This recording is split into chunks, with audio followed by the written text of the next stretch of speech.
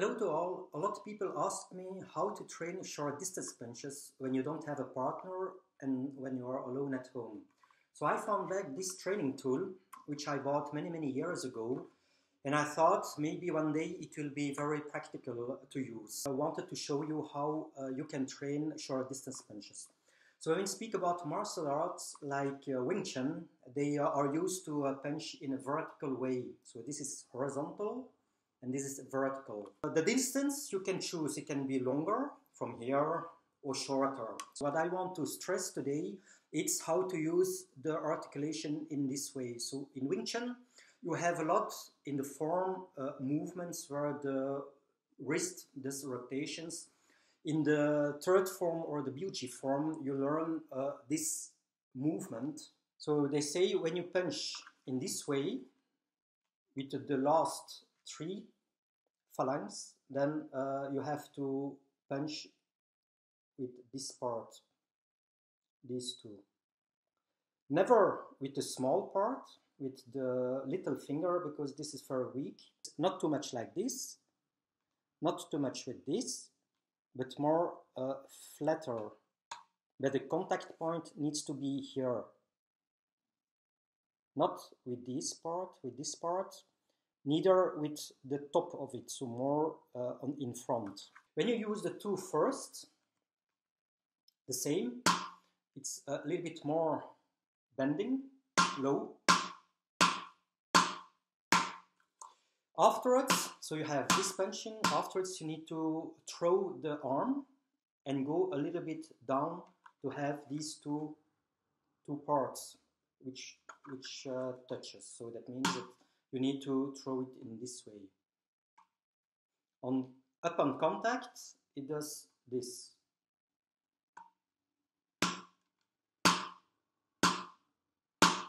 It can be closer. It can be longer.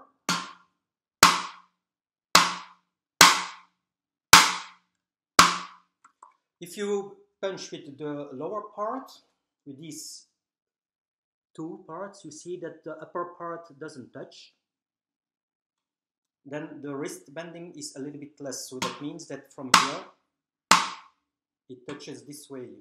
There is a variation where you can hit 2 times with one punch, so that means that it's like one bending and then it comes up. So it's 1, 2, 1, 2, 1, 2.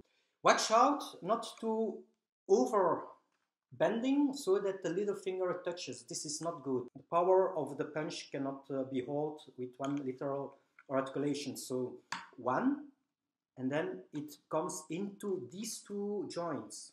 You are bending,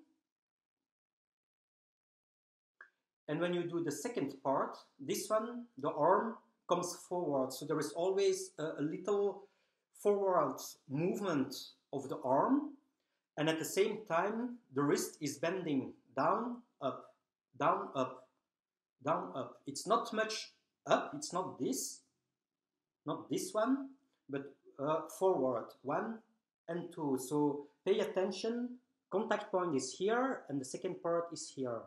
You need feel a little bit movement, like a wave, it's down, a little bit up.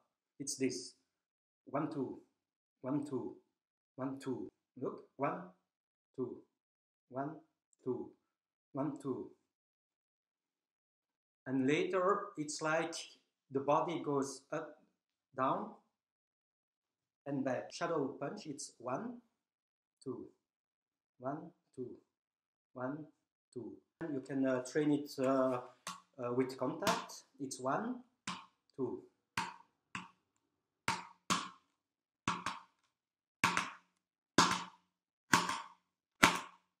It's one hit. It's like bam, but very short and very quick. So the short distance punch in this way has 2 kinds of impact, where the power will go down and forward, down and forward.